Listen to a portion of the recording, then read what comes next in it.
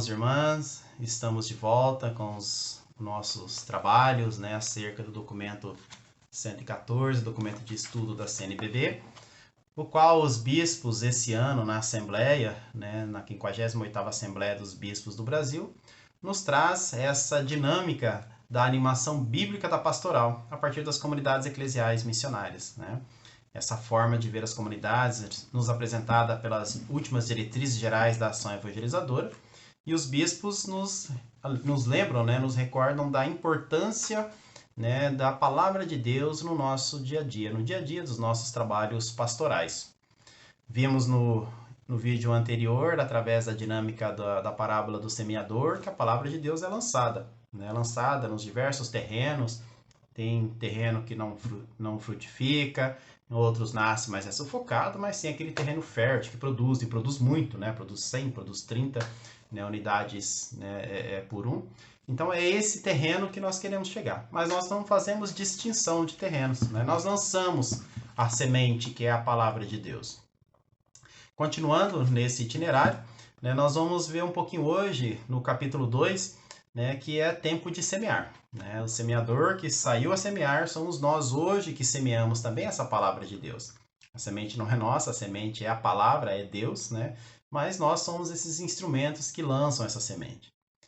Mas o que nós entendemos por palavra de Deus?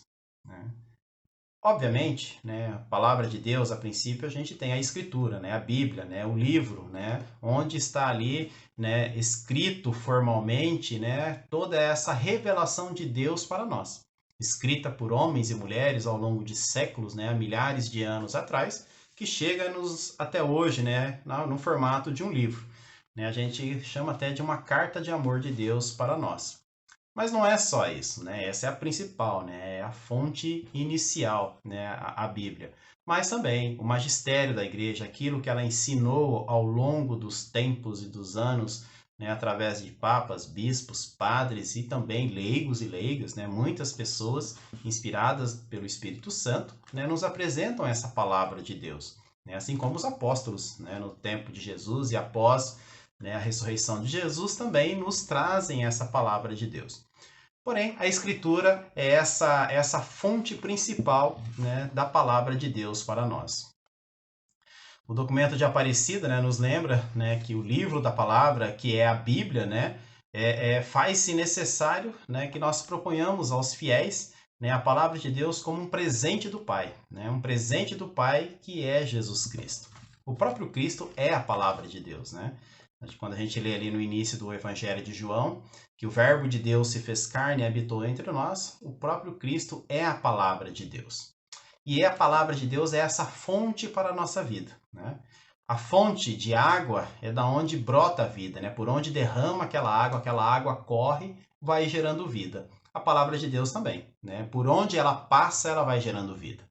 Cessando a fonte, cessando o anúncio da palavra de Deus, a vida também cessa, acaba-se a vida. Então, nós não podemos cessar essa palavra de Deus, essa fonte que jorra em todos os tempos, em todos os lugares e para todos os terrenos também, E a própria Bíblia fala disso, a respeito dela, Lá no livro de Isaías, no capítulo 55, ele lembra, que a palavra de Deus é como a chuva ou como a neve, Que do céu vem, produz a semente e para Deus não volta sem causar seus efeitos. Então é essa fecundidade da palavra de Deus. E a palavra de Deus precisa ser a alma da nossa evangelização. O documento de Puebla nos lembra que tem que ser essa alma, estar dentro de nós, que é a inspiração do Espírito Santo, a fonte de vida que brota de nós. E Aparecida lembra que desconhecer as Escrituras é desconhecer Jesus Cristo e renunciar a anunciá-lo, Bastante forte essa fala, Nós encontramos Jesus Cristo na palavra de Deus. A primeira fonte do anúncio de Jesus Cristo, do conhecer a Jesus Cristo, do querigma. Desconhecendo as Escrituras, desconhecemos o próprio Cristo. Então é renunciar a isso. Então nós não podemos abrir mão do conhecimento da palavra de Deus.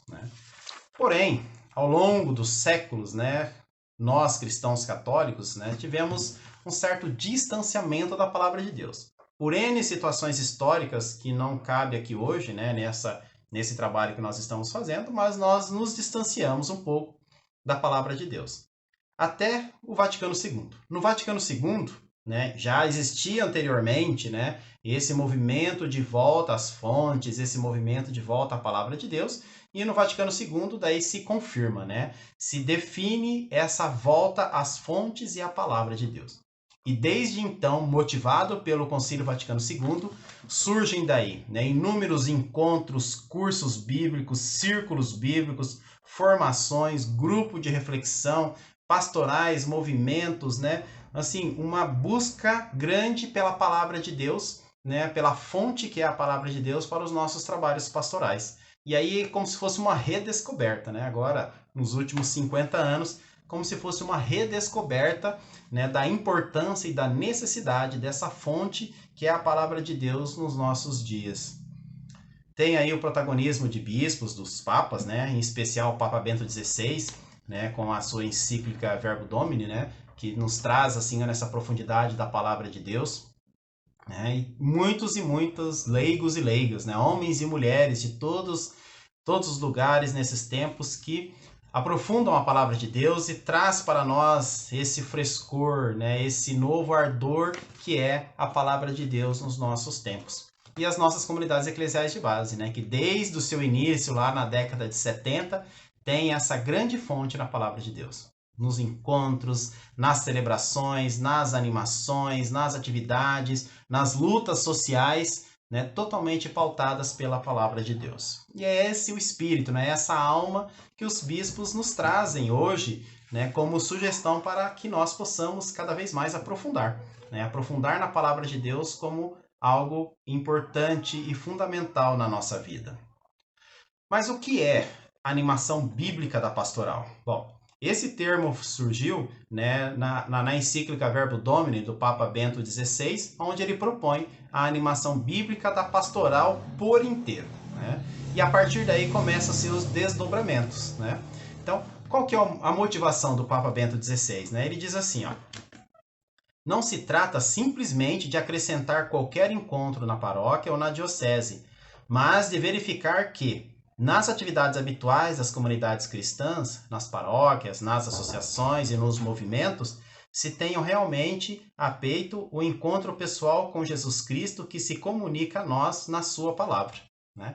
Então, o motivo principal da animação bíblica da pastoral é o encontro pessoal com Jesus Cristo. Né? E o que se pretende, então, com esse encontro pessoal com Jesus Cristo? Se pretende chegar a essa fonte, né? Se pretende a conversão pastoral por inteiro para a fonte que é Jesus Cristo.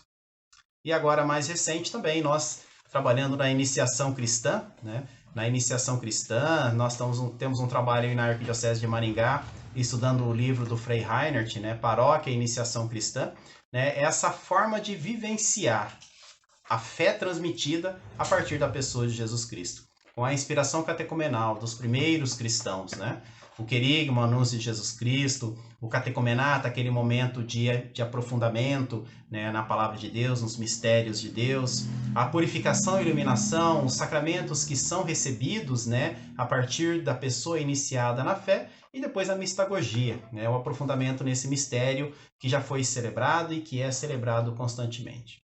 Enfim, a proposta dos bispos com a animação bíblica da pastoral é essa, que nós possamos retornar a essa fonte, através da liturgia e o mistério celebrado na liturgia, através da leitura orante da palavra de Deus, a Lécio Divina, em todos aqueles seus momentos, o diálogo com Deus, para que nós possamos estar juntos e próximos de Deus e poder lançar essa semente que é a palavra de Deus. Entrando no capítulo 3 do nosso livro, do documento de estudo da CNBB, ele nos propõe, ele nos mostra, né, na verdade, os desafios à semeadura. Pegando como base, né, a parábola do semeador, que nós vimos no primeiro vídeo, mostra que o agricultor ele é zeloso com a palavra, com a semente, né? Que aí essa semente que é fecunda e generosa, cai em todos os terrenos. Mas como estão esses terrenos? Eles estão tendo acesso à palavra de Deus? Então a igreja vê com preocupação, né, o acesso à palavra de Deus. algumas pessoas não têm condição material ainda, né, nesse nosso tempo de ter a Bíblia em mãos, de ter o estudo. E outras até têm a Bíblia em casa, mas não têm assim um conhecimento mínimo, né, para poder folheá-la e saboreá-la como é o devido, né, como deve ser esse saboreio da palavra de Deus, né? Abrir o coração para que a semente caia e fecunda. Então os bispos vão, né, discutir, conversar, né, das várias possibilidades que nós temos nas paróquias, nas comunidades, né, de colocar a palavra de Deus na mão das pessoas. Então as paróquias têm uma venda mais barata da palavra de Deus, outras dão para os catequizandos, né, em fases de catequese, principalmente na transição de uma das fases da catequese, né, muitas paróquias dão a Bíblia para o catequizando, outras sorteiam, né, num dia específico do mês, que é o dia do dízimo, ou no mês de julho, né, que é o mês do dizimista, né? Então existem várias ações para que se possa colocar a palavra de Deus na mão das pessoas. E elas precisam ser valorizadas e intensificadas, né, por todos nós.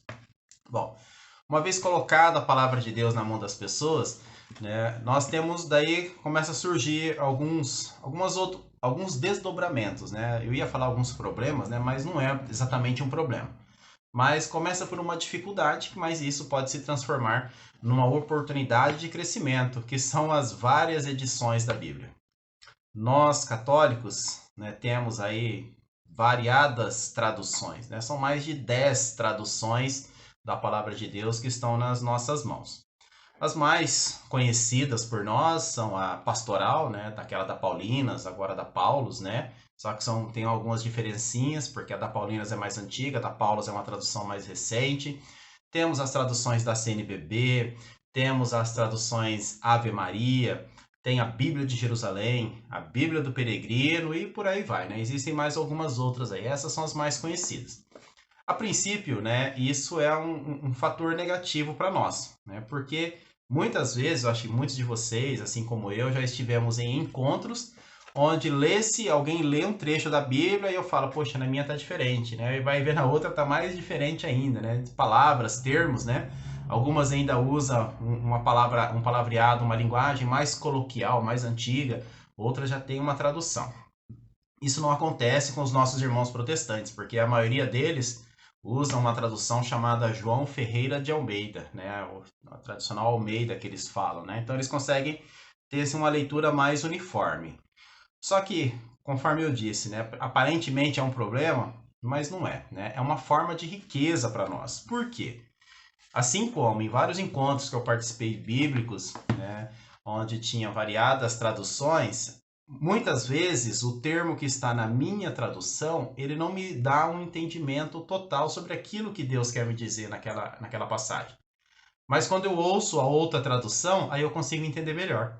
Então, é uma riqueza a troca de informação, né, que as várias traduções que nós temos pode nos proporcionar, né, outras visões. Mas, mesmo assim, né, o indicado é usar traduções bíblicas para determinadas finalidades, né? Por exemplo, na catequese e no trabalho comunitário, a Bíblia pastoral seria mais indicada, né? Por ter umas palavras mais fáceis, mais assim compreensíveis, né? Alguns movimentos, né, usam principalmente a Bíblia Ave Maria, né? Porque tem já uma tradição desses movimentos de usarem essa tradução. Para estudos bíblicos, para as formações teológicas, o que mais se usam é a Bíblia de Jerusalém ou a Bíblia da CNBB, né? Porque daí são traduções assim que procuram se manter mais fielmente ao texto original, não que as outras não sejam fiéis, né? Mas as palavras ali colocadas, né, dá assim um entendimento melhor do que fielmente o autor bíblico queria dizer. Então assim, as várias traduções que nós temos, né, não é um problema entre nós, né? Serve para enriquecer, mas é bom que os grupos possam trabalhar com uma linha, né, de tradução bíblica para poder conversarem, falarem na mesma língua. Só que tudo isso só é possível se a pessoa tiver um primeiro anúncio, né? Se o iniciado na fé realmente tiver feito o primeiro anúncio, ou ter a noção, né, do querigma, né, que é a vida de Jesus Cristo, né? A encarnação, o nascimento, a vida, né, a paixão, a morte e a ressurreição de Jesus Cristo. porque a Bíblia toda fala dele. Se nós não conhecemos o anúncio de Jesus Cristo na Bíblia, né, dificilmente nós conseguiremos entender bem a Bíblia, né? Vai ficar mais como um livro de história ou um livro, né, para leitura assim, sem ter essa ligação de fé, né? Então é importante que nos nossos trabalhos pastorais, né, esse anúncio seja sempre fecundo, né? Seja sempre explícito o anúncio de Jesus Cristo. Fala-se hoje até num reanúncio da palavra de Deus, porque muitos de nós, infelizmente, não tivemos um querigma assim bem elaborado, bem aplicado. Nós muitas vezes ainda não entendemos alguns desses fundamentos da nossa fé, principalmente aqueles relacionados a Jesus Cristo, a sua vida, paixão e morte. Então nós precisamos, né, ter esse reanúncio, né? E isso é feito através do estudo da palavra de Deus e através dos nossos trabalhos de grupos, né? Então é o encontrar Jesus Cristo, apaixonar-se por ele e deixar-se transformar por ele, né?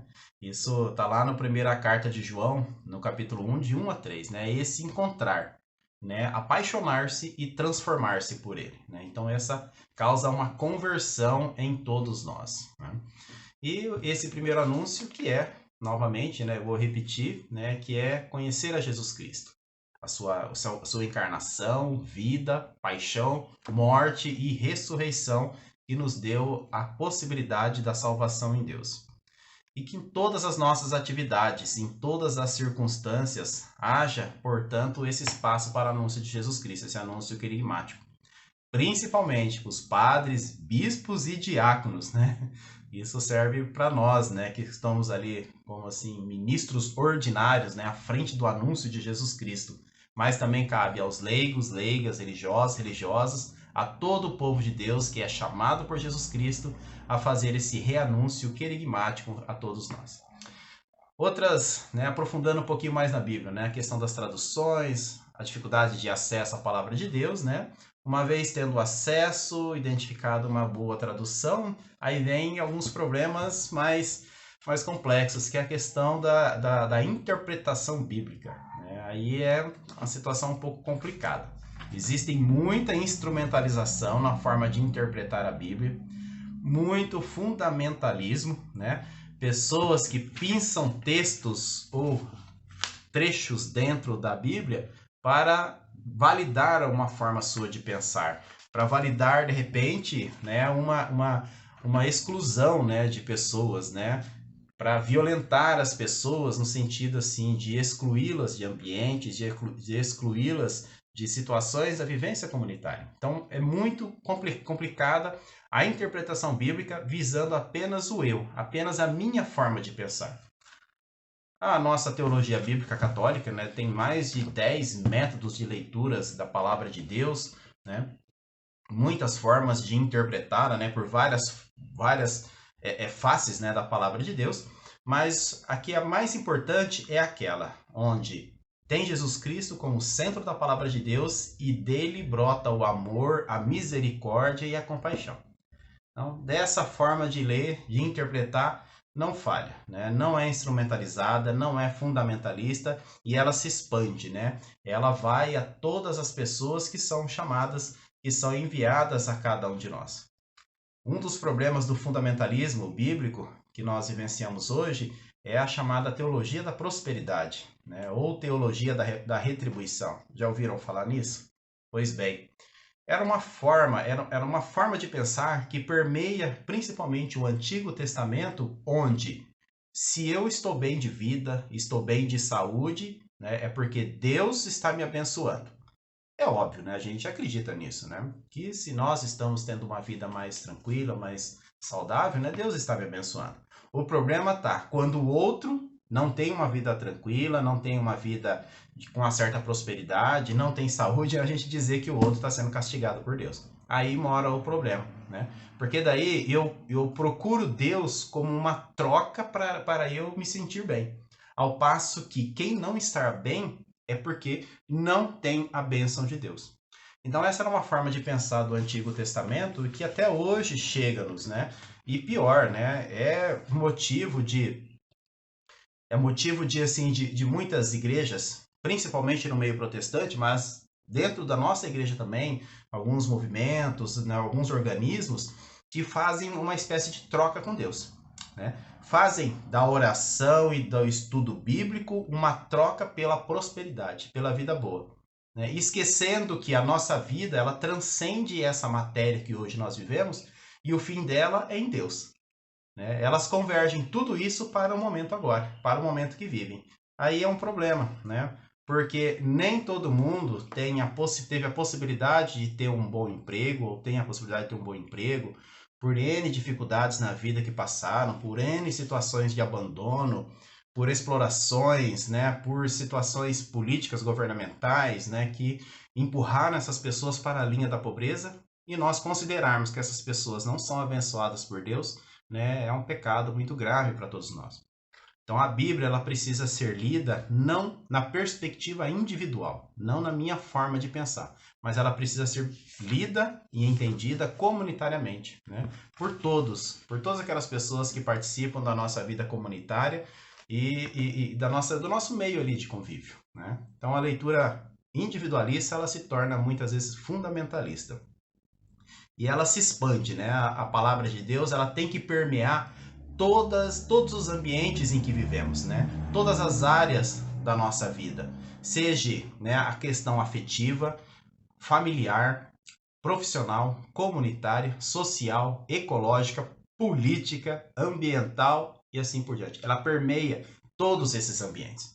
Não é só a econômica da minha prosperidade, né? Não é só a questão da minha saúde, mas ela permeia todos esses ambientes e ela precisa, né, transformá-las em todos esses ambientes, iluminando todas essas dimensões da minha vida, né, da nossa vida. A palavra de Deus, ela é fecunda e lança muitas sementes para o nosso ser, para o nosso viver. O desconhecer a Deus, né, é desconhecer a palavra de Deus. Nós já falamos, né, um pouquinho antes sobre isso, até uma citação de São Jerônimo, né, que ignorar a Escritura é ignorar ao próprio Cristo, né? Então esse desconhecer a Deus, tendo a palavra de Deus, tendo uma boa vontade de fazer a leitura, de fazer os estudos comunitariamente, né, é a melhor forma de conhecer a Deus. A Dei Verbo, né, ela nos dá várias recomendações para que a gente possa, né, nos aproximarmos, né, dessa palavra de Deus e desse conhecimento. Principalmente os sacerdotes, né, os padres, diáconos e catequistas, porque esses são os primeiros anunciadores da palavra de Deus, né? Então, valorizar, incentivar a leitura e a interpretação bíblica, não individualista, não fundamentalista, mas abrangente, né? De uma forma assim mais social, mais acolhedora e inclusiva de todos. Principalmente na liturgia e na pregação da palavra de Deus, nas missas, nas celebrações da palavra, mas também a leitura orante da palavra de Deus, o estudo bíblico, né? E vários outros passos que nós já falamos, né, anteriormente. E é muito importante que para uma boa leitura bíblica a gente não se esqueça das pessoas mais pobres, das pessoas mais vulneráveis, né? O Papa nos apresenta, né, nos fala, melhor, os bispos, né, nesse documento, ele nos traz 3 situações que nós não devemos deixar de pôr em pauta, que é a extrema pobreza, a violência e a indiferença. Então, quando eu não faço uma leitura fundamentalista, instrumentalizando para o meu próprio bem, benefício, né, quando eu coloco essas situações, né, na perspectiva da minha leitura bíblica, do meu entendimento bíblico, a pobreza extrema, a violência e a indiferença, eu estou me aproximando ainda mais, né, do núcleo da palavra de Deus, que é Jesus Cristo, né? São realidades que geram morte, que fazem muitas pessoas sofrer. E é crescente no nosso meio, ainda mais nesse tempo, né? Com pandemia, com questões econômicas muito fragilizadas, né? Aqueles milhões de brasileiros que tinham saído da linha da pobreza uma década atrás, estão retornando para essa linha da pobreza e da miséria extrema. Então é muito assim urgente que a nossa leitura seja inclusiva destas pessoas, né? Não podem ser aceitas em nome da palavra de Deus de forma alguma pessoas que são violentadas, pessoas que são descartadas e pessoas que estão na extrema pobreza, né? O Deus da vida, né, é o nosso Deus, e ele acolhe, ele busca, ele procura essas pessoas, né, e não quer que nós sejamos insensíveis. Recentemente, né, o livro nos mostra também que foi cunhado um termo novo, né? Não sei se vocês já ouviram falar da palavra aporofobia. Aporofobia. O que quer dizer isso? É o horror da pobre, né? Significa assim as pessoas que têm medo, não gostam, desprezam e ignoram quem está pobre, né? Quem é pobre, principalmente os que estão em situação de rua, né? A gente vê a luta lá do padre Júlio Lancelotti em São Paulo, né, no acolhimento, na preocupação, né, em todo o carinho que ele tem com aquele povo de rua e ao mesmo tempo pessoas que odeiam, pessoas que agridem, pessoas que matam, né, pessoas que cometem de todos os tipos de situações e agressões para com aquelas pessoas que estão na rua, simplesmente pelo fato de elas estarem na rua. Então esse termo, né, aporofobia. O Papa Francisco tem nos advertido muito sobre isso, lembrando o que diz o próprio Deus aos sofredores. Deus diz, né, na sua palavra: quem vos toca, toca a pupila dos meus olhos. Os justos clamarão e o Senhor os ouvirão. Eu, porém, sou indigente e pobre e o Senhor tem cuidado de mim. Então, Deus é o Deus dos pobres, né? É o Deus daqueles mais fragilizados. E nós não podemos, de forma alguma, né, por uma leitura fundamentalista ou superficial da palavra de Deus, ignorar essas pessoas. Elas têm que ser incluídas, elas têm que ser valorizadas e, com o nosso trabalho, com o nosso apoio, ajudá-las a superar as situações de sofrimento e de miséria. Eu não posso dizer que eu amo a Deus, que não vejo, se eu não amo o meu irmão que eu vejo, né? Então isso é algo assim inconcebível diante da palavra de Deus. Se amamos a Jesus, esse amor deve se transformar em seguimento e compaixão, fazer surgir em nós os mesmos sentimentos que haviam em Jesus Cristo, pois a palavra de Deus deve gerar atitudes de empatia, paz e misericórdia. Se a minha leitura, né, bíblica, se o meu estudo bíblico não me faz gerar empatia, não gera em mim empatia, misericórdia, paz, compaixão para com as pessoas mais necessitadas, eu estou tendo assim uma leitura um pouco equivocada da palavra de Deus. E eu preciso rever, né? Rever essa forma de ler, essa forma de interpretar. Que não é só para mim, para o meu bem, né? Mas é uma forma, né, de integrar todas as pessoas na palavra de Deus. Superando o desconhecimento da palavra de Deus e levando o contato de Deus ao Deus da palavra através da oração e da caridade, nós estaremos no caminho mais próximo de Deus. Até o próximo vídeo. Fiquem com Deus. Deus abençoe.